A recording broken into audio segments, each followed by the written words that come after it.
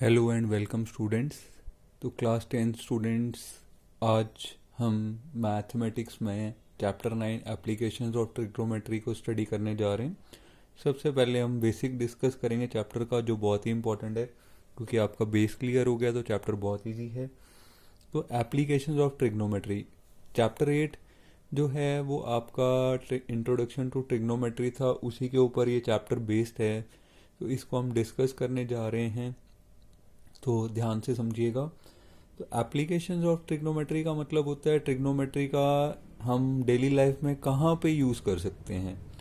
तो applications of trigonometry में हम कुछ ऐसी चीज़ों की हाइट्स फाइंड कर सकते हैं, लाइक बिल्डिंग्स हाइट्स फाइंड कर सकते हैं,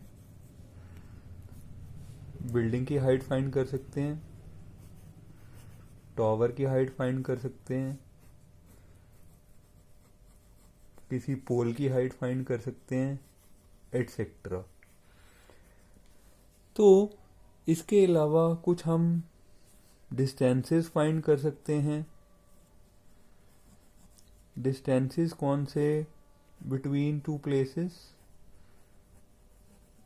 बिटवीन टू प्लेसेस।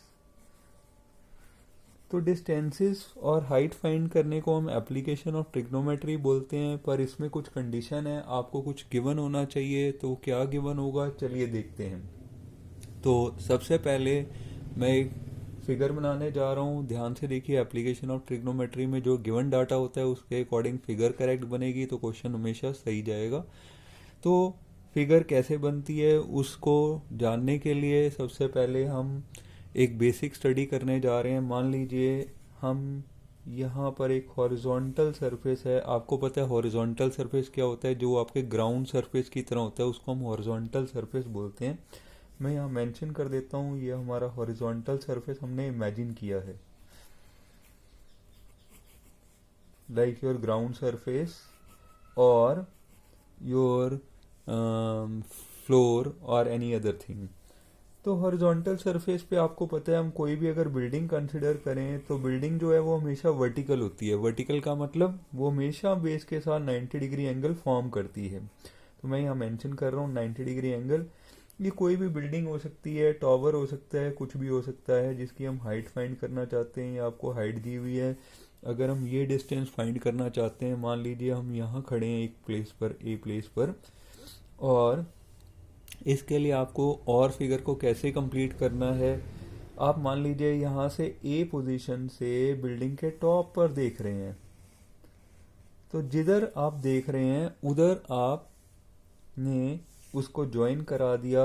आपकी आई साइड इस डायरेक्शन में जा रही है, तो जिस डायरेक्शन में हमारी आई साइड जा रही है उधर हम फिगर कंप्लीट करते हैं। तो इधर मैं एरो मार्क कर रहा हूँ, हम नीचे से ऊपर ऑब्जर्व कर रहे हैं। तो ये जो साइट जो आपकी जा रही है इस डायरेक्शन में, इस लाइन को बोलेंगे line of site. Line of site, line of site एक ऐसी साइट है जहां पे आप खड़े होकर किसी चीज को ऑब्जर्व कर रहे हैं। मान लीजिए आप बिल्डिंग की टॉप को ऑब्जर्व कर रहे हैं, तो हमारी लाइन ऑफ साइट नीचे से ऊपर जा रही है यहाँ पर। तो ये लाइन ऑफ साइट जो है आपके फिगर को कंप्लीट करती है यहाँ पर।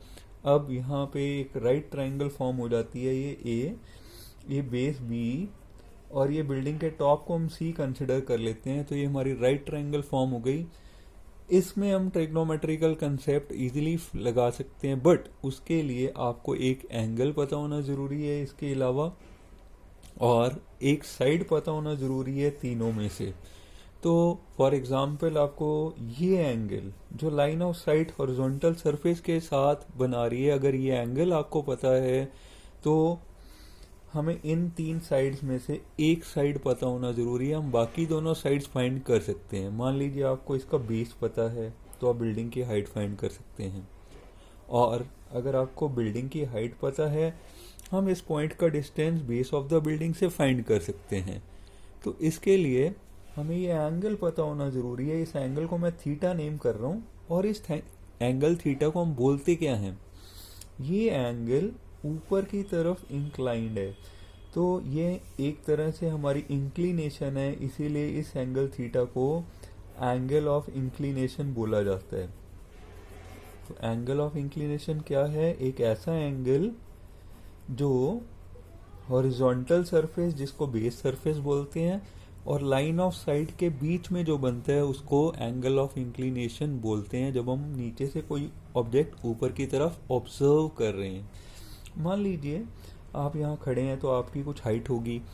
अगर आप वहाँ से अपनी आईज से कोई ऑब्जेक्ट को देख रहे हैं तो आप ऊपर की तरफ एलिवेटेड हैं। आपने एलिवेटर्स का नाम सुना होगा, इसलिए हम उस केस में उसको एंगल ऑफ एलिवेशन भी बोलते हैं। तो यहाँ पे इंक्लिनेशन की जगह पर आपको कुछ जगहों पर एंगल ऑफ एलिवेशन भी मिलेगा। तो मैं वर्ड मेंशन कर देता हूँ। एलिवेशन का मतलब नीचे से ऊपर जाना। तो अगर आप ऐसे फिगर बना लेंगे क्वेश्चन की अकॉर्डिंग, और आपको 3 साइड्स में से कोई एक साइड गिवन होगी और ये एंगल थीटा गिवन होगा, तो हम इजीली बाकी चीज़ निकाल सकते हैं, बाकी की साइड निकाल सकते हैं। तो एक कंसेप्ट ये हो गया। इसके अलावा एक कंसेप्ट और है। अगर आप एक हॉरिजॉन्टल सरफेस कंसिडर करते हैं, मैं दोबारा से मेंशन कर देता हूँ, ये हॉरिजॉन्टल सरफेस हमने कंसिडर किया, ये मैंने मेंशन कर दिया हॉरिजॉन्टल सरफेस। और फिर से मैं एक बिल्डिंग कंसिडर कर रहा हूँ। चलिए इस बार हम इसको टावर मेंशन कर देते हैं,